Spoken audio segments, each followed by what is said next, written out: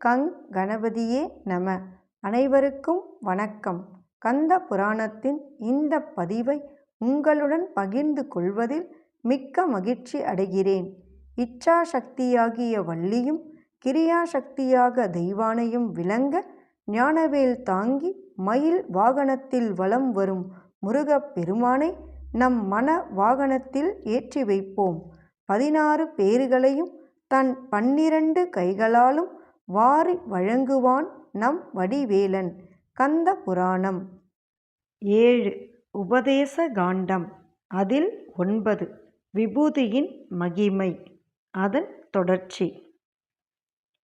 மோட்ச சாம்ராஜ்யத்தை அடைய விரும்புகிறவன் உத்தூலனத்தையும் திரிபுண்டரத்தையும் நன்றாக தரிக்க வேண்டும். முன்பொரு சமயம் பிரளயம் ஒன்று சம்பவித்தது. அப்போது ஸ்ரீ மகாவிஷ்ணு சமுத்திர நீரின் மத்தியிலுள்ள ஆலிலையின் மீது பள்ளி கொண்டிருந்தார். அப்போது பகவானாகிய ஸ்ரீ சதாசிவன் அங்கு வருகை தந்தார். அந்த சமுத்திரம் மிக பெரியதாக இருந்த போதிலும் சிவபெருமானுக்கு கால் பெருவிரல் முழுதும் அளவு ஜலமுள்ளதாகவே அது இருந்தது. அத்தகைய சிவபெருமானை கண்டதும் மோகத்தால் நிறைந்த மனதை கொண்டுவிட்ட மகாவிஷ்ணு, நீ யார் என்று வினவினார். அப்போது ஸ்ரீ சிவபெருமான் அந்த விஷ்ணுவுக்கு சிறிதளவு விபூதியை எடுத்து கொடுத்தார். அதை வாங்கி தம் நெற்றியில் இட்டுக்கொண்டு அதில் சிறிதளவை வாயிலும் போட்டு சுவைத்த மகாவிஷ்ணுக்கு உடனே ஞானோதயம் உண்டாகிவிட்டது. அவர் தம் சுய அறிவை உணர்ந்து கொண்டார். உடனே அவர் முக்கண் முதல்வரான சிவபெருமானை வணங்கி, பிரபுவே, தாங்கள் இங்கு வந்திருக்கும் காரணம் யாது என்று வினவி வேண்டினார். மாதவனே, சகல உலகங்களையும் சிருஷ்டி செய்து வருபவரான பிரம்மதேவனை படைப்பதற்காகவே நான் இப்போது இங்கே வந்தேன். ஆகையால் என்னுடைய உத்தரவின்படி நீர் எனக்கு விரைவில் மனைவியாக ஆக வேண்டும்.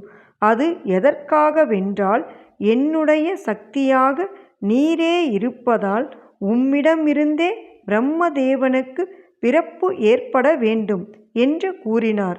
அந்த வினாடியிலேயே மகாவிஷ்ணு அவரது பத்தினியாக மாறிவிட விரைவிலேயே ஸ்ரீ சிவபெருமானுடைய ஸ்வர்ணத்திற்கு ஒப்பான வீரியம் வெளிப்பட்டது.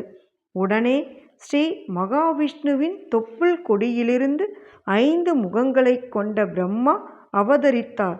அவர் அம்மையப்பரின் ஆசைப்படி சகல ஜீவராசிகளையும் படைக்கலானார். பின்பொரு சமயம் அந்த பிரம்மதேவனுக்கு கர்வமும் ஆணவமும் ஏற்பட்டதால் அதன் காரணமாக ஸ்ரீ பைரவ மூர்த்தியால் அவருடைய ஒரு தலை கிள்ளி எறியப்பட்டுவிட்டது. அன்றிலிருந்து அவருக்கு நான்முகன் என்ற பெயரும் வழங்கலாயிற்று. இப்படியாக விபூதியை தரித்த வினாடியிலேயே விஷ்ணு பரமாத்மாவிற்கு அஞ்ஞானம் நீங்கியது. பிரம்மதேவனையும் அவர் தம் மகனாக பெற்றெடுத்தார். இது போலவே முன்பொரு சமயம் அதி பராக்கிரமசாலியான வீரபத்ரர், மகா கொடியவர்களான சர்ப்பாசுரன், பஞ்சமேட்சாசுரன், அக்யாசுரன் முதலானவர்களால் உயிரிழக்கப்பட்ட தேவர்கள் அனைவரையும் விபூதியை தெளித்து மீண்டும் உயிர் பெற்று எழச் செய்தார். வாமதேவர் என்னும் தவசிரேஷ்டரின் விபூதி தரித்த திருமேனி பட்ட மாத்திரத்திலேயே ஜென்ம ஜென்மங்களாக செய்திருக்கும் மகா பாவங்களையெல்லாம் கவசமாக அணிந்த யவனராஜன் ஒருவன் தான் அடைந்த பிரம்ம ராட்சச ஜென்மாவை விட்டு மோட்சலோகத்தை அடைந்தான்.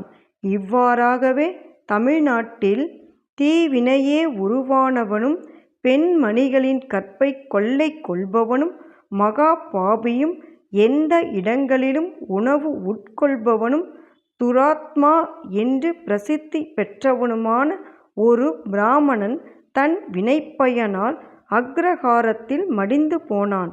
அப்போது அந்த ஊர் மக்கள் அவனுடைய கால்களில் கயிறுகளை கட்டி ஊருக்கு வெளியே இழுத்து கொண்டு போய் அப்பால் வீசி எறிந்தார்கள். உடனே யம தூதர்களும் அந்த மகா பாவியை நரகத்திற்கு விரைவாக அழைத்துச் சென்றார்கள்.